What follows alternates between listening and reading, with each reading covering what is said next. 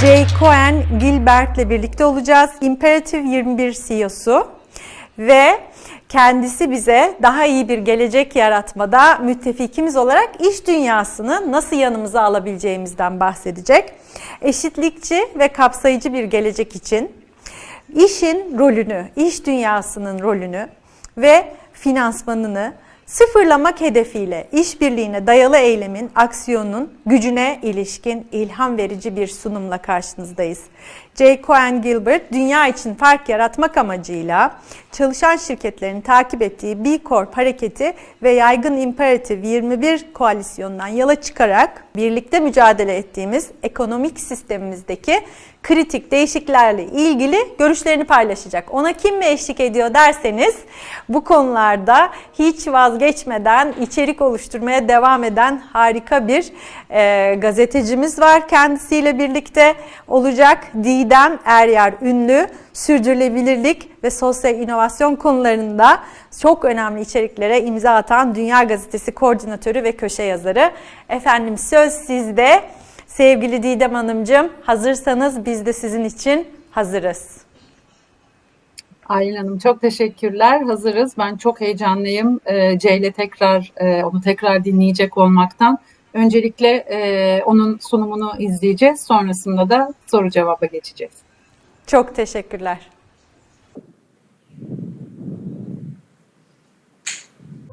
Oh, hey, hey, hey.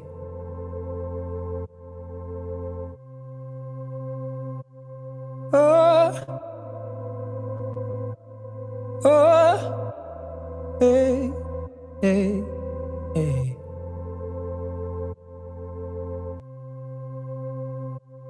Oh,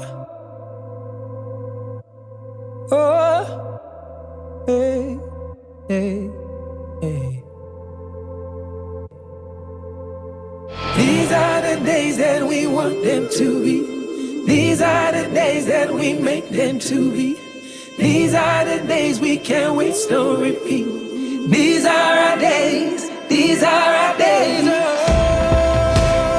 these are our days. Oh, these are our days. Oh, these are our days. These are our days.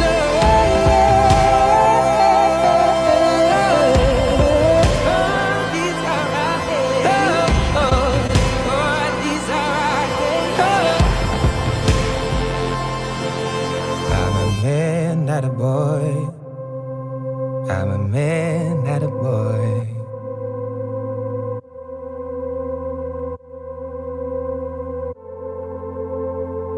Hi, Hello, Jay. everybody. Hi, nice to see you. Nice to see you too. So we are excited to hear you. Wonderful. So I will share my screen and then share this presentation with everybody.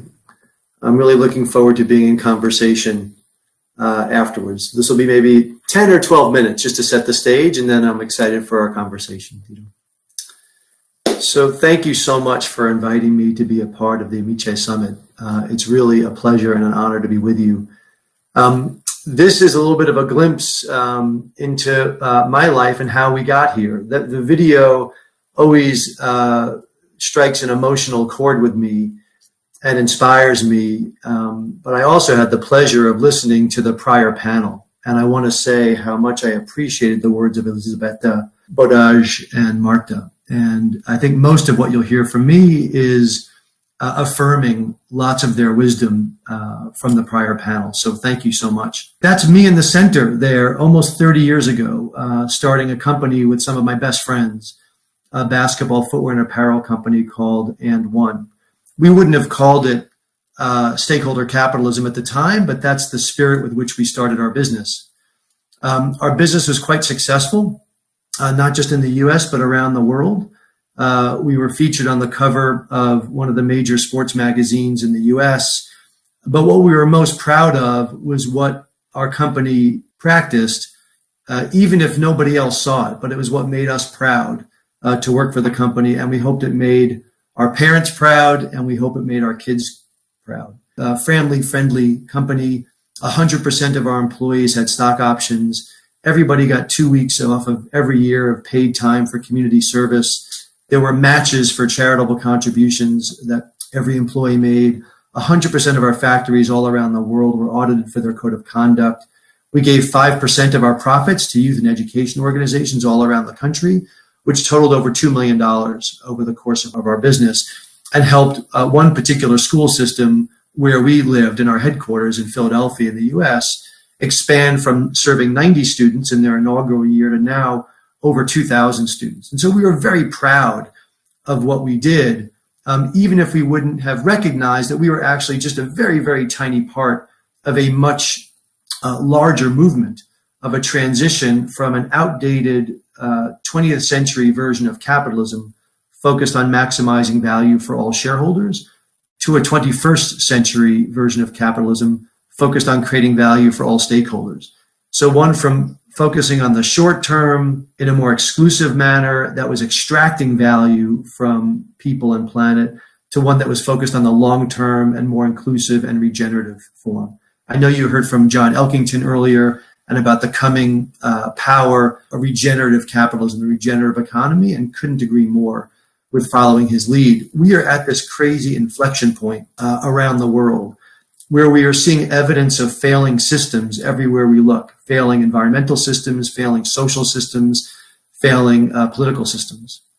And as a result, business has been asked and has responded to the challenge to step into leadership and to lead in a new way, to reimagine and reset the economic system so that leaders are committing to lead for the benefit of all stakeholders. And we're not just seeing that in amazing companies like the B corporations throughout Europe that you've heard from B Lab Europe earlier today, but we're also hearing it from large institutional players like at the Business Roundtable and at the World Economic Forum. The B Corp community, as you've heard earlier, has been leading this effort, leading this transition to stakeholder capitalism for the last 15 years.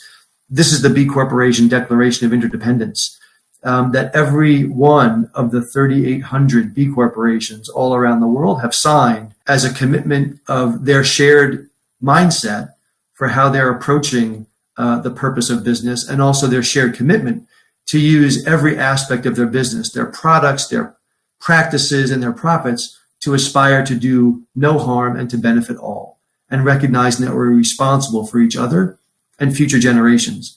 As I mentioned, there's over 3,800 certified B corporations all around the world in 74 countries and over 150 industries with this one unifying vision to use business as a force for good. And what unifies these companies is not just the vision, but their high standards of performance that are verified by the independent third-party B Lab at meeting overall standards of social and environmental performance, transparency, and very importantly, legal accountability to balance purpose and profit. These are some of the B Corps all around the world, some of whose names you might recognize, some who are not.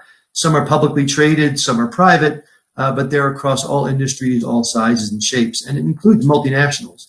Unilever and Danone, Procter & Gamble, Nestle, Coca-Cola, The Gap, all have many, many B Corp subsidiaries. And there are publicly traded B Corps from Brazil to the US, in technology, in agriculture, in banking, and these are all leading the way. One of the things that's most important about these companies, and I really appreciated this in Bodash's final comments, is don't be afraid of radical collaboration. And that's one of the things that the B corporations have done really well, is they've banded together for collective action, not only to raise expectations after the Business Roundtable announcement that we need to turn those really bold words into bold actions, but then demonstrating how to do that in Latin America by taking collective action on inequality. And now that there are over almost 1,600 companies throughout Latin America who have answered the call from the B Corp community to create a maximum 10x distance between the lowest paid employee and the highest paid employee in their firms. There are only a few hundred B corporations in Chile where this effort started, but they've inspired almost 1,600 companies to follow their lead. That's a huge leverage through collective action, not only on inequality, but also on climate. You've heard earlier today about the B Corp Net Zero, the B Corp Climate Action Collaborative, and over 800 companies having committed to net zero by 2030, 20 full years ahead of the Paris Agreement. But even more importantly, and I think you heard about this earlier, is focusing that climate energy on climate justice and making sure that the climate action we take centers our action to make sure that we mitigate the negative effects on those that are most on the front lines and are most susceptible to the dangers of climate change. And we also use the opportunities of the billions of dollars, tens of billions of dollars that will be invested in this transition. And we make sure that those who are most vulnerable, those communities who are most vulnerable, benefit by centering justice in our climate action. But we also recognize that these individual actions by companies, even collectively, are necessary but insufficient for the change we seek in the world. And we need to work together on maybe the most important thing, which is on shaping public policy so that it's in right relationship. So the public sector is in right relationship with the private sector and civil society to rebalance the relationship between business and society. And that means moving from a culture and legal system based upon shareholder primacy to one focused on stakeholder value creation. The B Corp community has passed over 40 laws around the US and around the world to create a new form of corporation that is accountable to create value for all stakeholders.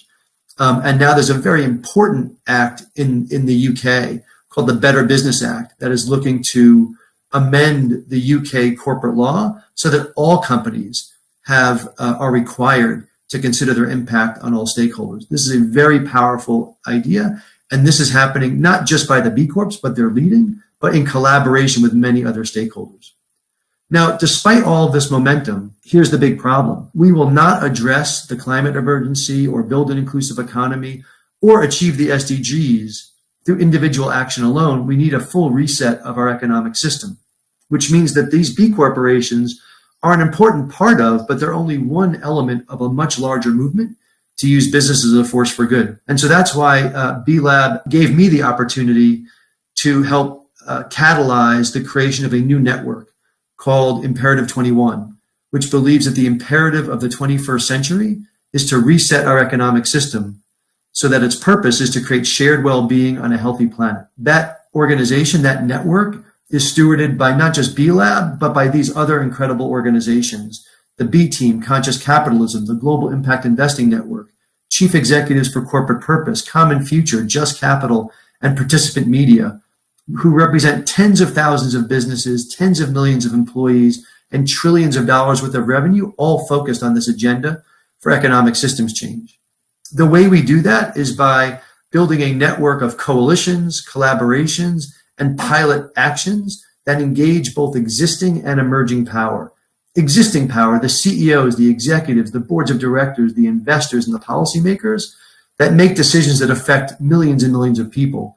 And also the emerging power, the workers and the NGOs and the culture makers, the artists and the students who actually are leading the way and who we have to listen to. As Elisabetta said, one of the most important things we can do is to develop our listening skills and to those who are most proximate to the challenges that our existing economic system poses, because they are often the ones with the greatest solutions. So that is how Imperative 21 thinks about itself, is as a network of these coalitions and collaborations on different areas of systems change, from finance to public policy to shifting mindsets and corporate culture. We began that effort in September of last year on the 50th anniversary of the very famous essay by the US economist Milton Friedman, sort of the father of neoliberal economic theory.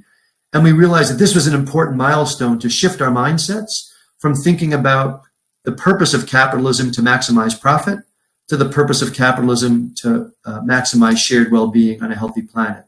And that reset meant that we were resetting for workers, resetting for climate, resetting for inclusion, resetting for our children, and for a just transition to a carbon-free economy. All of this is about resetting from shareholder primacy to stakeholder capitalism so that we are orienting our economic activity for the long term.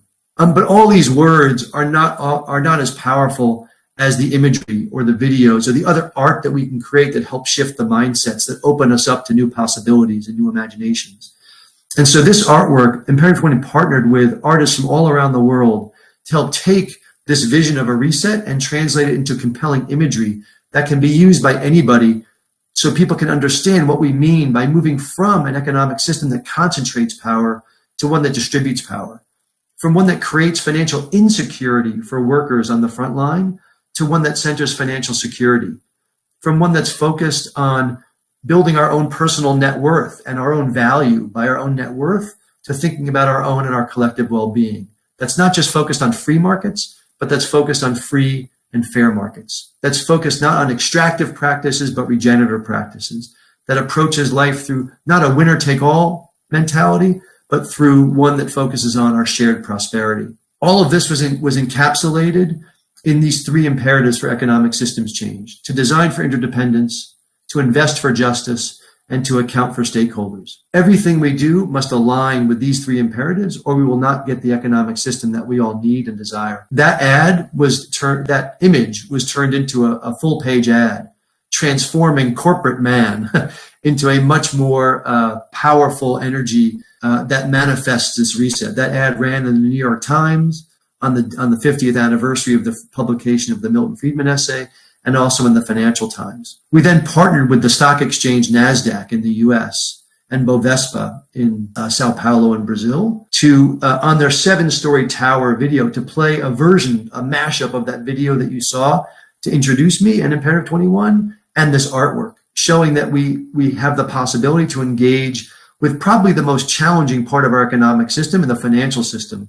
Because if we can't reset the financial system, none of the rest of this work will happen. You see how the artwork has been used all over the world, including in Sao Paulo, to project in these huge, large-scale art projections, which engage everyday citizens in what it means to be part of the reset and inspire them to be engaged. This slide shows how when we have a common narrative, that all of these different actors, from civil society like Christiana Figueres to groups that are leading the impact investing movement like the GIN, or incredible CEOs like Paul Pullman, are all banding together to promote the reset.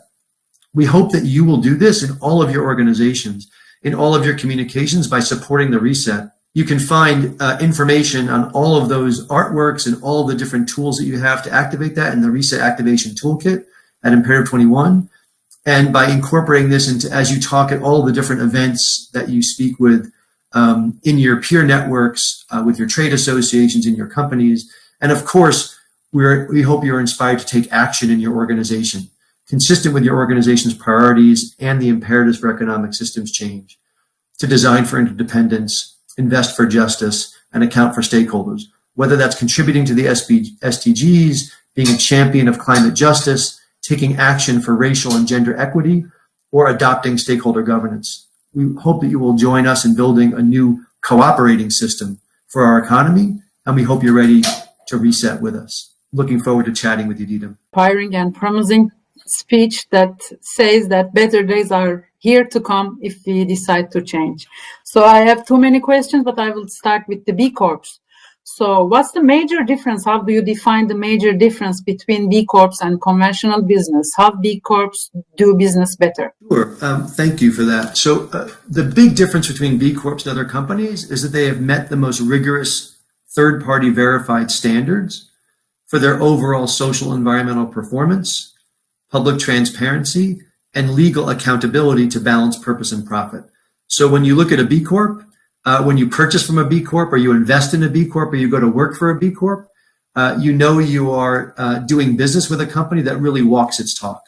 That isn't just talking about stakeholder capitalism, business for good, but they're actually doing it in their practices every day. And taking into account the depletion of natural resources, climate change, inequalities in income, education, and gender, too many problems we are facing today. And you said that we need a system change. First of all, I would like to ask you, is there a recognition of the system failure in the business world?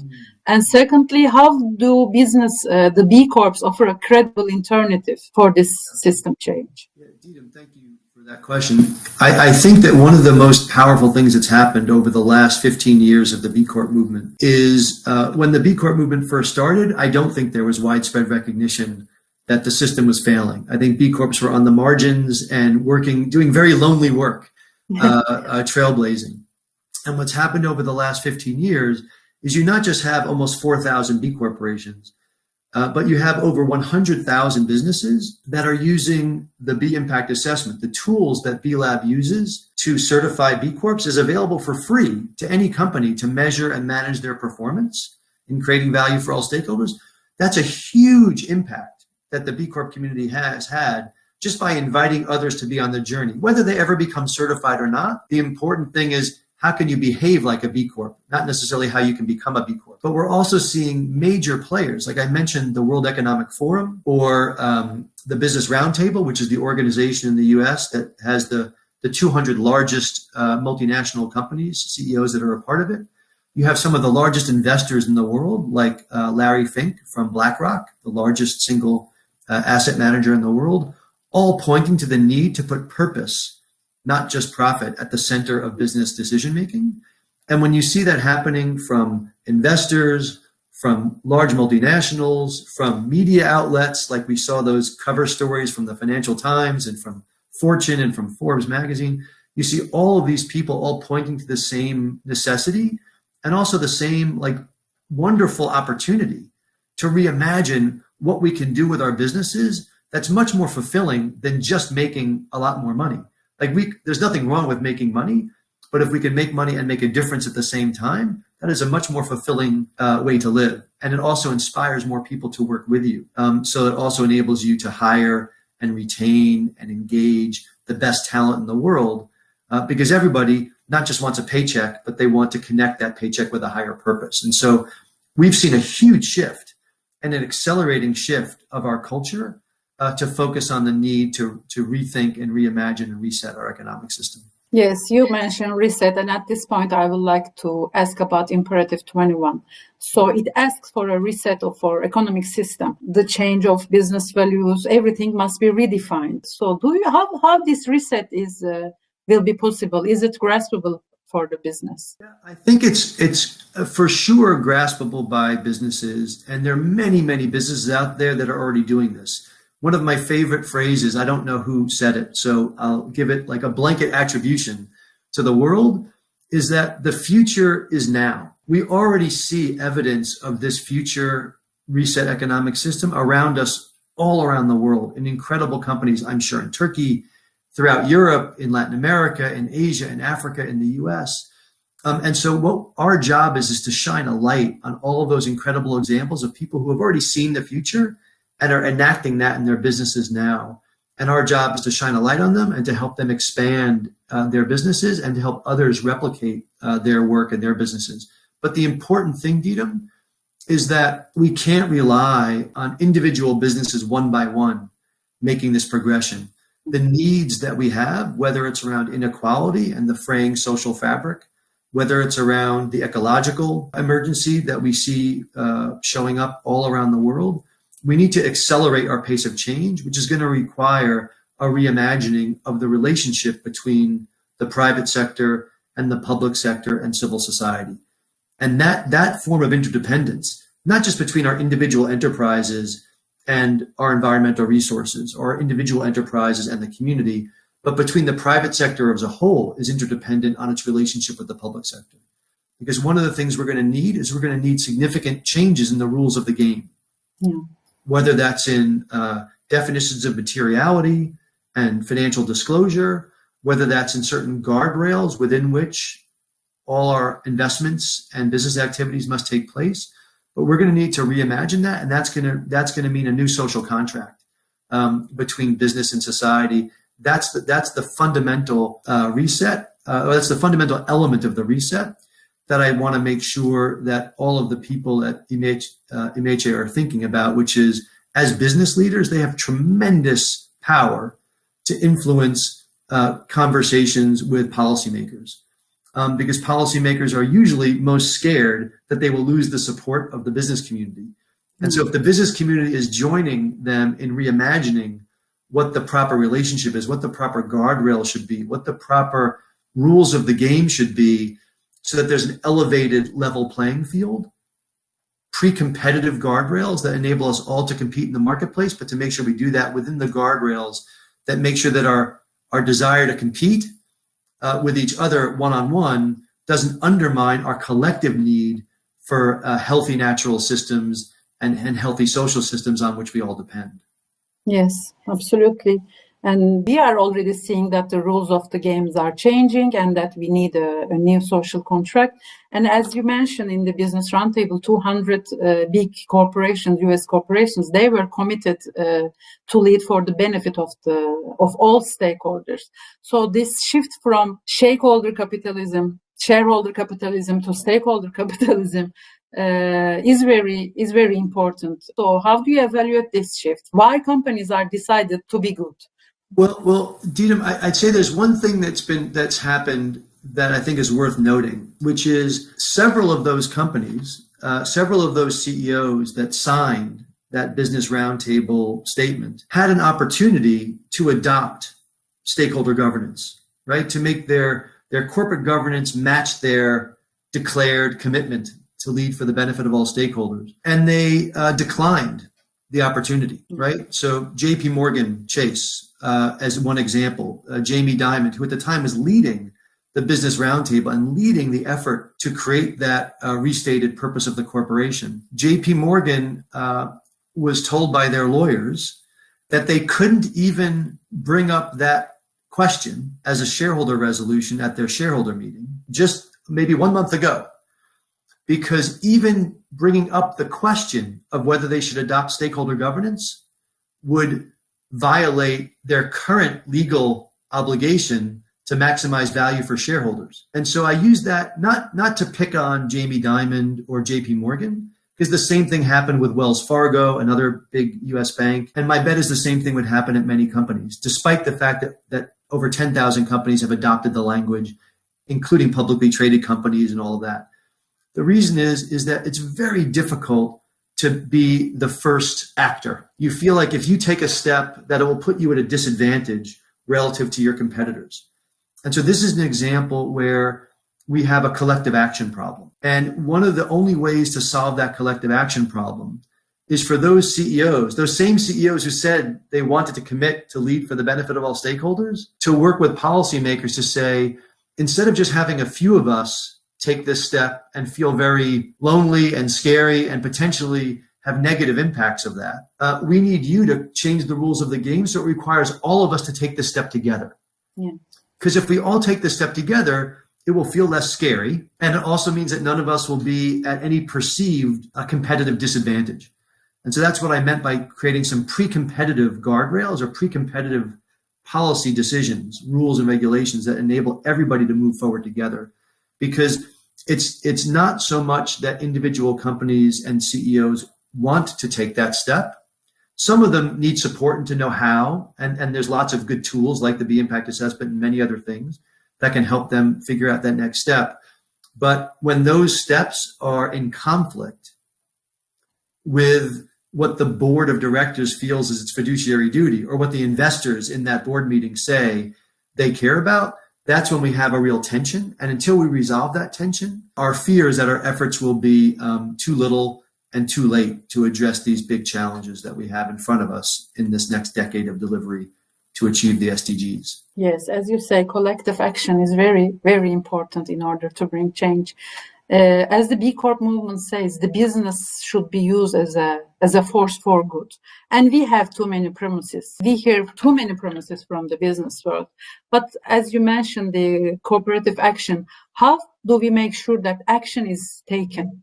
How those words should be translated into action? The truth is, Didem, I don't think there's any way to ensure that anything's going to happen. I don't think there's a magic wand. I think that this moment of history that we're all lucky enough to be in together requires us to be courageous. And one of the panelists from the last panel, I think it was Marta, who said she implored everybody in her final words to not be afraid of taking this action. And I think Marta and I would agree that it's not so much to not be afraid. It's about how to face that fear and be courageous enough to face that fear and to transform that fear into inspiration to act. And as Bodaj said, not just to act alone, but to act with others. And so nobody can make us do the work. we have to decide to do that work on our own. And at least for me, the most powerful motivation is when I look at my children. You know, I have 2 college-age, university-age children, and I not only think about their future, but they're old enough now that I start thinking about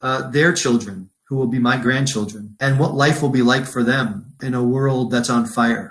Whether it's on fire because of social unrest through inequality, or it's on fire because actual wildfires because of increasing ecological issues with climate change. And so I want to make sure that when my time is done on this planet, that I know that I've done everything I can to make sure that I hand over the world in the best shape that I can for my children and their children. And no analysis, no spreadsheet full of a business case and an ROI, no toolkit is going to help make that shift for me. Those are just tools. But the thing that has to happen beforehand is I have to decide that I want to use those tools. I have to want to go seek them out.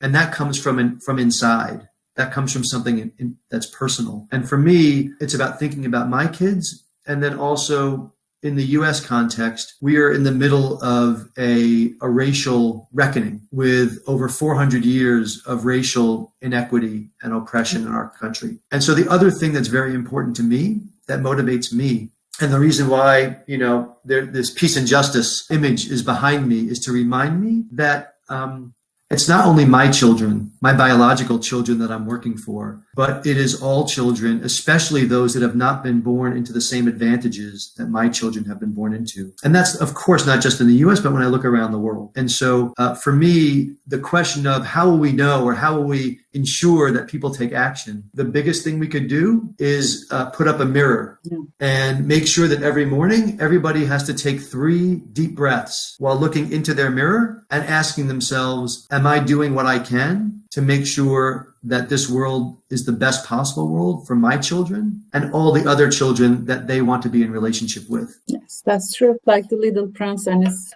best world, best possible world. So it's true that we need a mindset change, and we have to look in a more human way to all that we do. So, and this brings a new definition for the leadership. So what should be the characters of the leader of tomorrow, or even today? And I think that Elisabetta touched on this when she talked about developing our capacity to listen.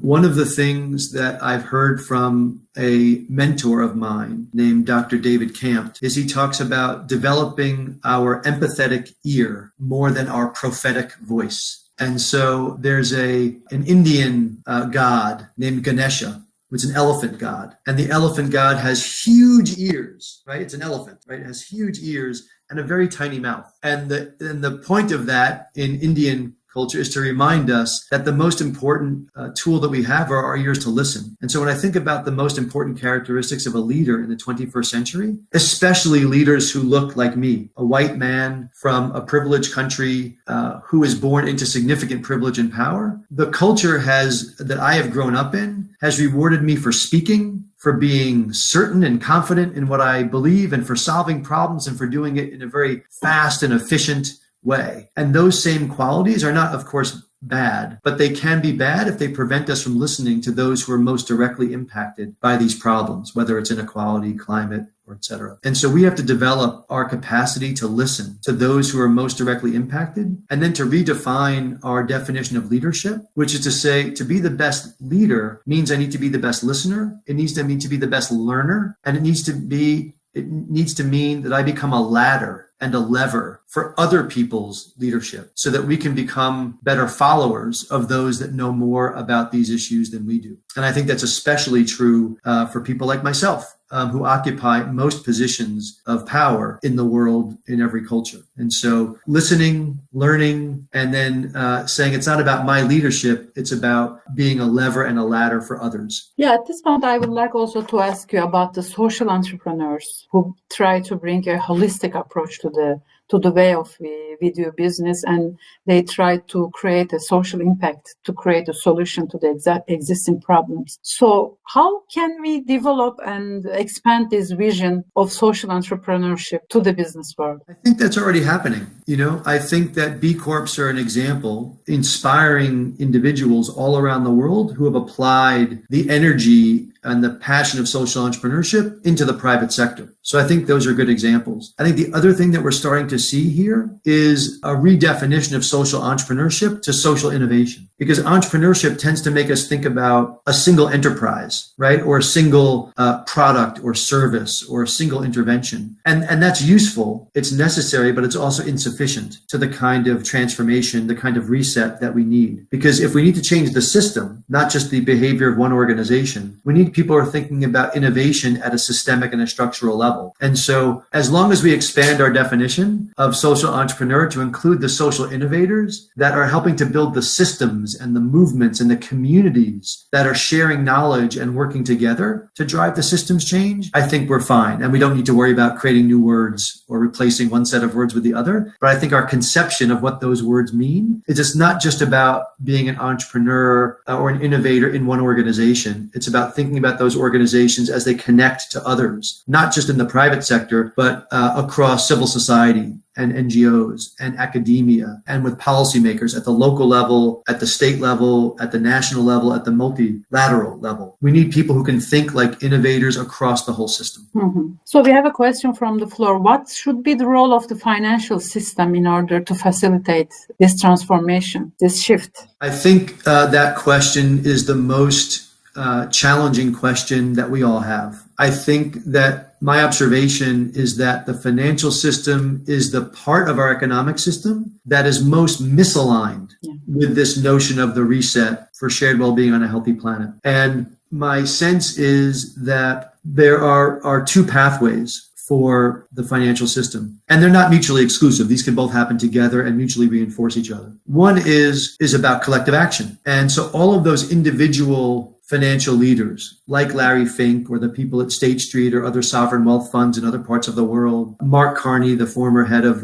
Bank of England, et cetera, our friends at Triodos Bank and others like that, like working together to collectively lead from the finance sector in the same way that the B Corps have led on the corporate side and say, this is how we're going to exercise our power in the marketplace. Because as we've seen just this past week or two, investors create huge impact on boardrooms, even of the biggest Fortune 500 companies in the world. And so if those finance leaders, if the biggest asset managers and asset owners in the world say that they want to focus on the long-term health of their beneficiaries and that they want to focus on purpose, not on profit, then how do they work together to create positive pressure on the companies that they invest in to act that way? Because it's not enough for them to say that they want that, but then to be silent in the boardroom when companies are under short-term activist hedge fund pressure to change their behavior. It's at that point that those institutional investors need to stand up and say, we meant what we said, and we're going to back the plan for long-term sustainable value creation because we're thinking in the long term for our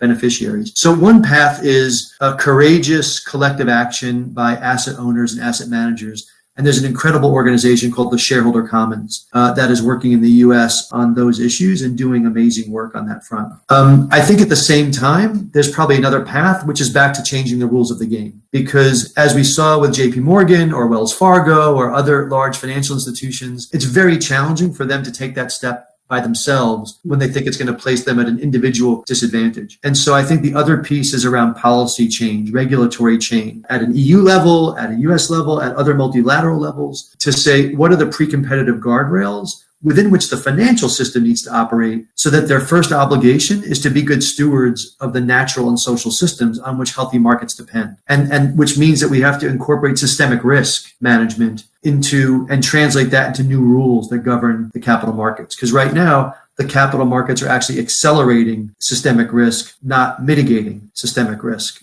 And so I think that's some of the most important work that we have to do because there's the biggest misalignment there currently. Yes, absolutely. And we have just 1 minute, I think. And as a last question, I would like to ask you, what would be your advices to SMEs, companies, young entrepreneurs who are ready to use business as a tool for good? I don't think I have any pearls of wisdom. I think, as I said, I think my job is increasingly to be listening to what their advice is to me, not for me to giving advice to them. And so I would say that if I would invite them into one mindset is to think about how they could be 10 times bolder in their actions in the next 10 years than they are thinking about now. However bold they think they are being now with their actions, what would be 10 times bolder to do? And how could they start on that path tomorrow? Thank you very much, Jay. I really feel very lucky to have the opportunity to interview you. Thank you very much for your